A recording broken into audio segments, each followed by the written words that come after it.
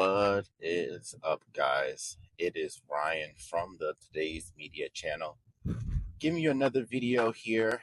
It is January 4th, Friday, 2025. And we're doing something a little different. This is going to be more of a podcast style type of video. It's just going to be some audio with some either images or some videos playing in the background. And it's more of a chill and casual environment, this type of video, which probably all my videos are. But today's topic is working, retirement, and what you need to be in a better position for 2025 and onward.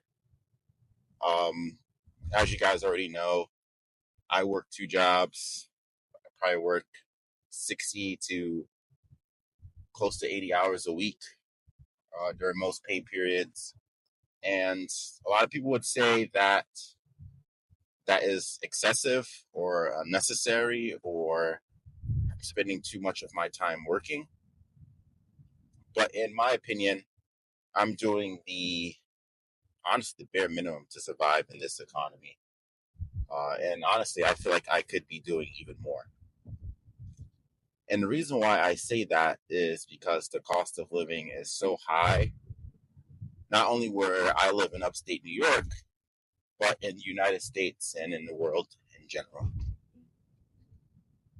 Most people don't think about retirement until it's knocking at their doorstep. And I'm pretty young, 26. And I'm not going to lie, I think about retirement probably at least 3 to 4 times a week. So I know if I'm thinking about it at this age, I believe every American, every person who wants to live a good life and wants to stop working at some point or be able to follow their dreams and passions should be thinking about retirement as well. And I'll be perfectly honest with you guys. I believe people should do what they can tolerate for work and can make them a good living as well. And what I'm saying is, I don't think people should focus on working in their passion. I believe people should work to sustain themselves in the highest quality of living that they possibly can, doing the most modest amount of work possible. So if that means you're an entrepreneur and you're actually good at it and you can build a sustainable business that supports yourself and your employees, go for it, make the money. If that means going into trades, whether you're passionate about it or not, but it can sustain yourself and your family, go for it.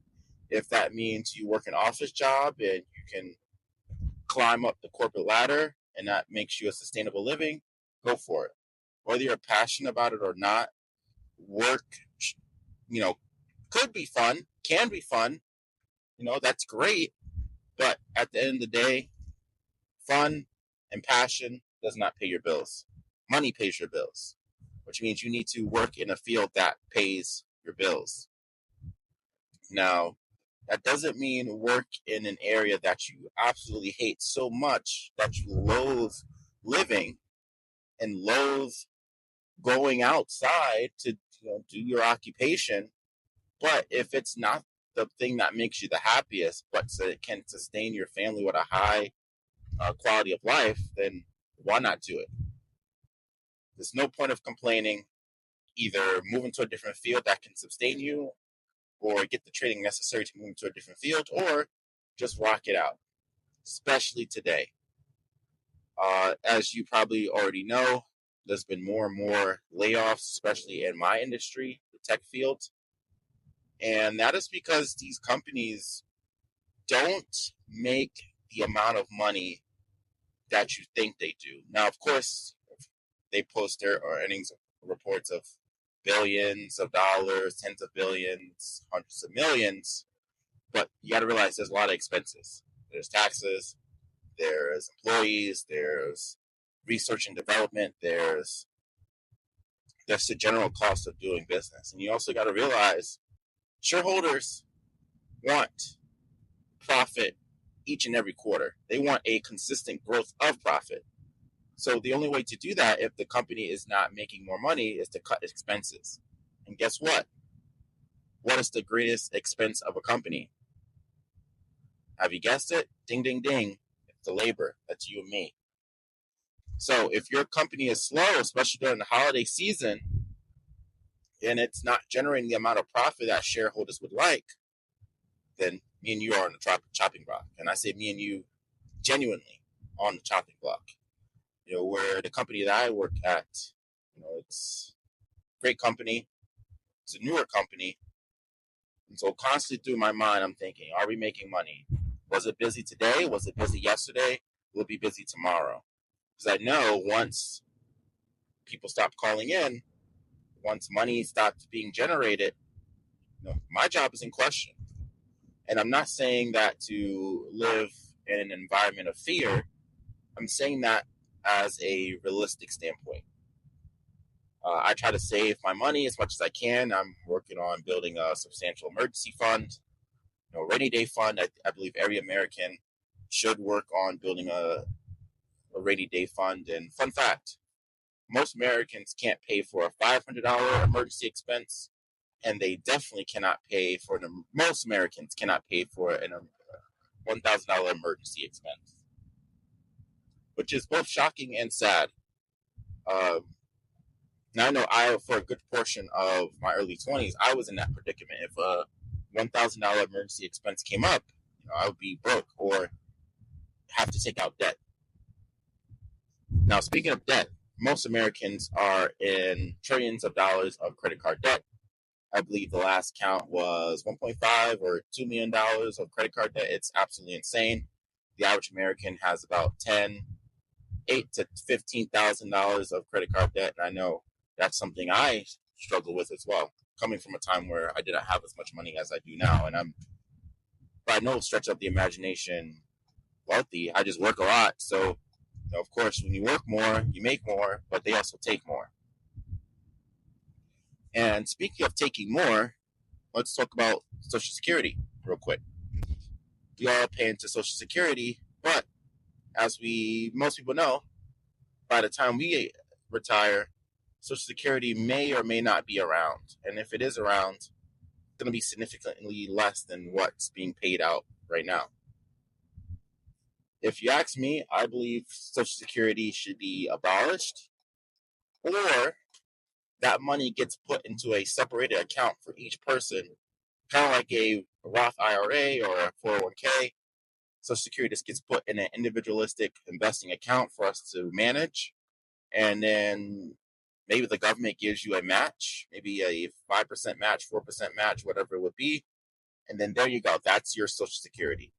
And with Social Security, your 401k, your IRA, your personal savings, your home maybe, all that can contribute to your retirement. Because the way that it's going right now, Social Security is just one big Ponzi scheme where the people at the bottom pay the people at the top. And then when the people at the bottom retire, hopefully there's new people at the bottom to fund their retirement. But as we know, with a declining population and people becoming poorer and people working less and less children being born, there's less people paying into it, which means less people being paid out. Or the government not having the ability to pay out as much as they used to. Getting back to my original point, you need to work a job that can sustain you. That's the whole point of this video. Whether that's in the trades, being a nurse, working construction, going into tech, sales, you need to work a job that can actually pay. And I know so many people, I went to college, they got useless degrees, psychology, sociology, political science, Africana studies, and now they're working jobs that don't require a college degree, which is very sad. Luckily for myself, I did it the very cheap way. I did not stay on campus. I did not buy a meal plan. I went to college locally, so most of that expense was offloaded and paid off. But I know so many people, so many of my friends who do have that college degree and have $20,000, $30,000, $40,000, $50,000 in debt for a degree that wasn't worth the money wasn't worth the paper that it was printed on. And that gets back to my point. Please work a job that can sustain you, even if it's not the most passionate job that you can find. In this economy, people are being laid off. It's getting harder out here. People have to work 2 and 3 jobs to just survive, to pay for a 1 or 2 bedroom apartment for their family. Right now is not the time to be picky. Right now is the time to hunker down, save your money, be humble, work hard, and run it up for 2025.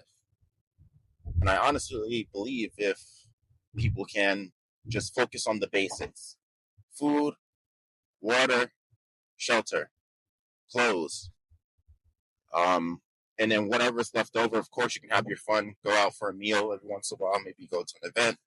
But honestly, the rest of that money should be saved and invested. Like I said, I was telling you guys that I think about retirement constantly. I'm mentally prepared to work until I'm 80. And I don't know if I'll be physically able to do that. My body may give out way before that. But I am mentally prepared to work into my 80s if need be. But I know most people are not ready to do that. They're not mentally prepared to do it. And they certainly aren't physically able to do that. So that's why preparing for retirement, living on less than what you make, contributing to your 401k, working that regular job, your 9 to 5, your 12 to 9, your 12 p.m. to 8 p.m., your 12 a.m. to 7 a.m. Any job that is paying you a sustainable wage and putting food on the table is a great job right now. And don't let people trick you into thinking otherwise. Yes, we all want to be entrepreneurs. We all want to be social media stars and social media influencers. Most of those people are broke. If you don't got brand deals, if you don't have a significant amount of subscribers, if you're not grinding at that every single day without a guaranteed paycheck, I'm not going to say you're not going to make it, but it's not a sustainable way of making money, especially if you have a family. Other than that, guys, I just wanted to rant about that, doing something a little different. Like I said, this will be more of a podcast style with some pictures or videos in the background. Want to have that one-on-one connection. Hopefully you guys are having a great day, having a great start of the new year. I know things going around in the world have been pretty crazy, but I know we'll get better. We have a new administration coming in the next few weeks. I think with that and combined with new opportunities for 2025, new goals, everyone working together, being humble, working together for a brighter future, I know things will improve. Some quotes: the future belongs to those who prepare for it today. And my personal quote: telling our stories today. My story, your story, our story. All right, guys, I'll put my Gmail in the description. I want to start a new part, a new series where I hear your stories, and I know it's going to be a while until I have enough responses to actually make a response. But if you want to start sending me them, my email will be in the description. All right, guys, have a wonderful day.